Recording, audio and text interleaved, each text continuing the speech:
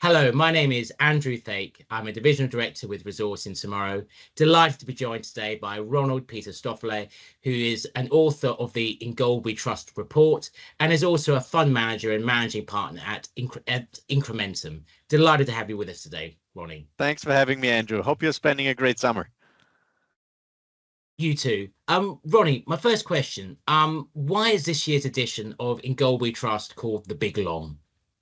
Well, obviously we refer to the Big Short. And from our point of view, so this is basically the main takeaway. We announced a golden decade in our In Gold We Trust report 2020, where people said, you guys are crazy forecasting a gold price of $4,800 by the end of this decade. Now it seems that the sentiment has somewhat shifted. I think we're getting into this so-called public participation phase where gold is becoming more mainstream. And now our core thesis is basically that we're in a very well-established bull market for gold, but it's now really time to be overweight, what we call performance gold.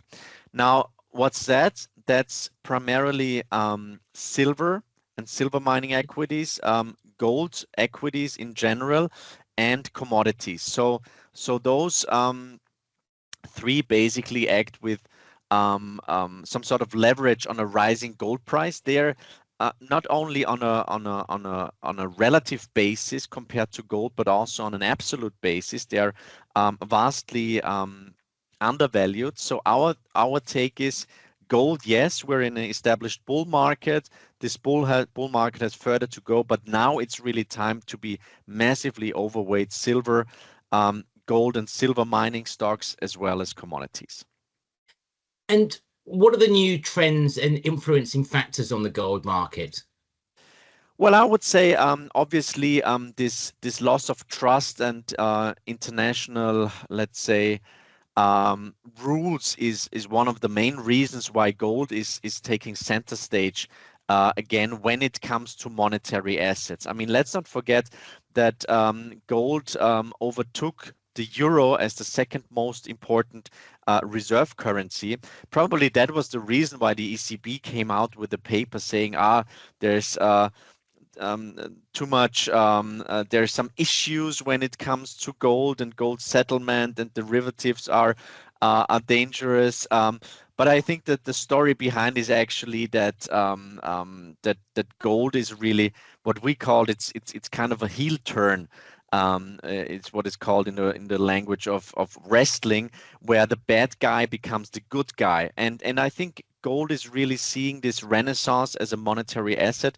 We had 3 years in a row where central banks bought more than 1,000 tons of gold, and I think this will continue. So this deglobalization is definitely a topic. Also, the fact that Donald Trump he wants to on the one hand defend the US dollar as the world reserve currency, but then on the other hand he wants to achieve a weaker US dollar. And so far, I mean, the first half of the year we've seen a very, very weak US dollar. So he's achieving those goals. But then it's also kind of squaring the circle, because if you openly say we want to weaken the US dollar, that doesn't create too much trust in the world reserve currency. So those are two, I would say, more macro topics. Then we're seeing what we described in last year's In Gold We Trust report called the New Gold Playbook, is the fact that emerging markets are becoming more and more important for gold. This is where the growth is, and this is where the higher gold affinity is.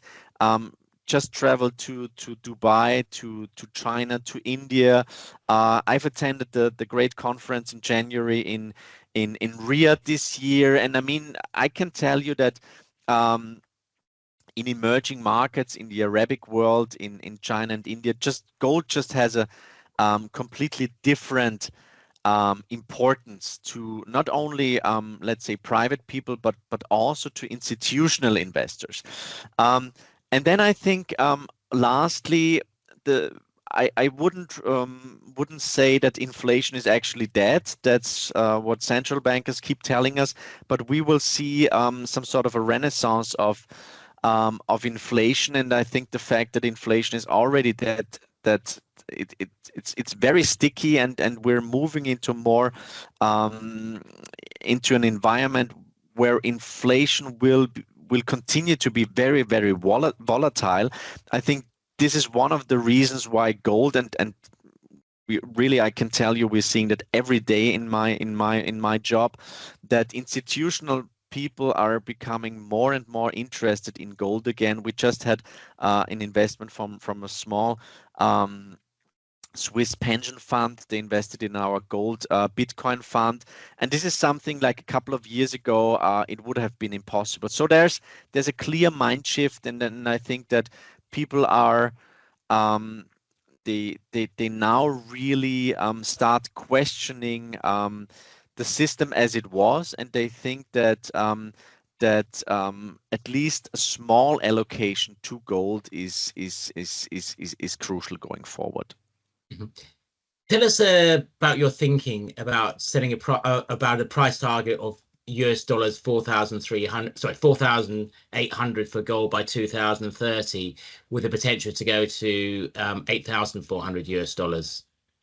Yeah, well, this is based on our fundamental valuation model, and Andrew, I've been working in a bank for quite a while, so I'm somewhat critical when it comes to super complicated models. Because that I know that in theory they often just don't work. So what we did with this model, it's the Incrementum gold price model. We said, well, actually, gold is a monetary asset. That's very important to understand. Gold has a very high stock to flow ratio, so therefore you cannot value it like a commodity.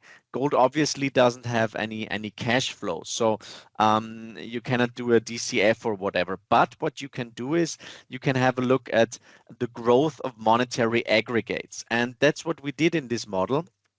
So we said, okay, what's like in different gold price environments, what was the average growth of M2 money supply?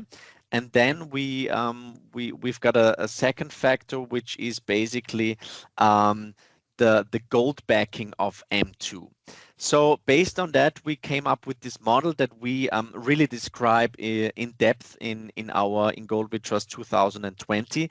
And back then we said 4,800 is the probability weighted target price by the end of this golden decade.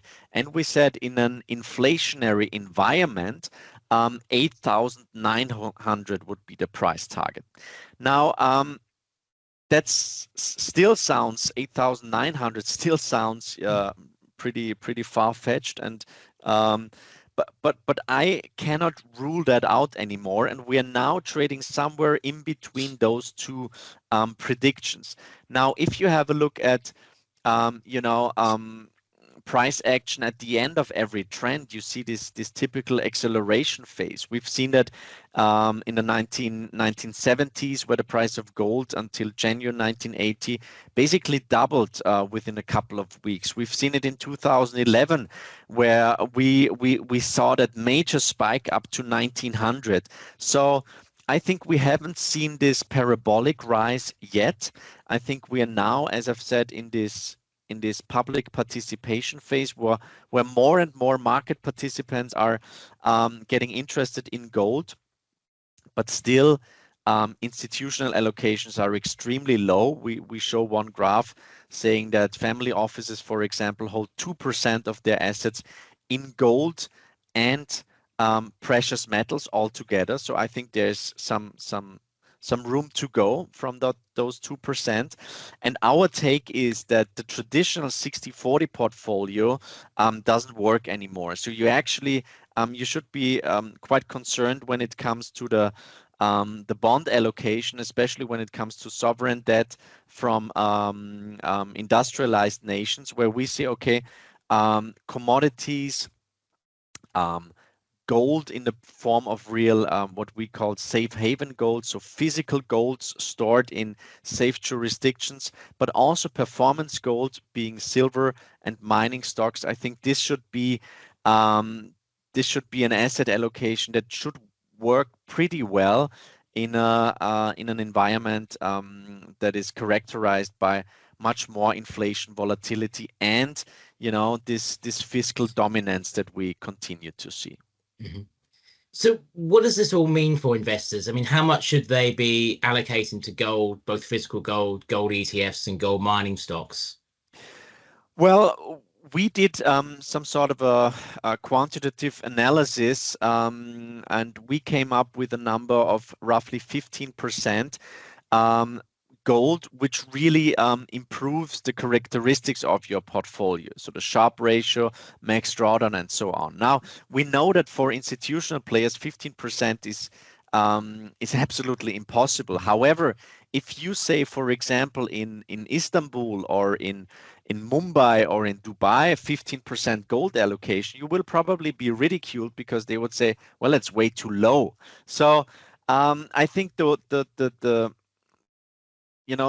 potential for further gold demand is clearly coming from the Western world, which is heavily underweight gold. I'm not naive, and I don't think that we'll come up with 15% at some point in the near future. But what I really see, Andrew, is that gold is not regarded as a we all know this radical gold bug scene. We know all the conspiracies in the scene, but now it seems that gold is really becoming more of an institutional, more of a mainstream topic again. We're seeing it with the Federal Reserve coming out with a paper regarding gold revaluations. Then there's of course this Mar-a-Lago discussions where gold will also play a major role. We know that the Americans want to audit the gold at Fort Knox. We know that Judy Shelton, for example, is talking about gold-backed bonds, and she's a very influential advisor to Donald Trump. We know that Steve Bessent, which is probably the most important person in the Trump administration, he says, well, back in the days when I was trading alongside Stan Druckenmiller and George Soros, they called me a gold bug, and he said that gold is his biggest position. So therefore, I would say that gold is really experiencing this renaissance, that the Western world is heavily underweight, and we won't reach 15%, but if we go from basically 1 to 2% to 3, 4, 5%, that would be a major reallocation of capital. And we just want to make a positive case for gold with our publications. We want to say, okay, gold is not the solution for all our problems. It's not the answer to all questions, but it makes sense from a portfolio point of view. If you're expecting a weak dollar, if you're expecting a recession, if you're expecting high inflation volatility, there's several scenarios where gold really improves the characteristics of your portfolio.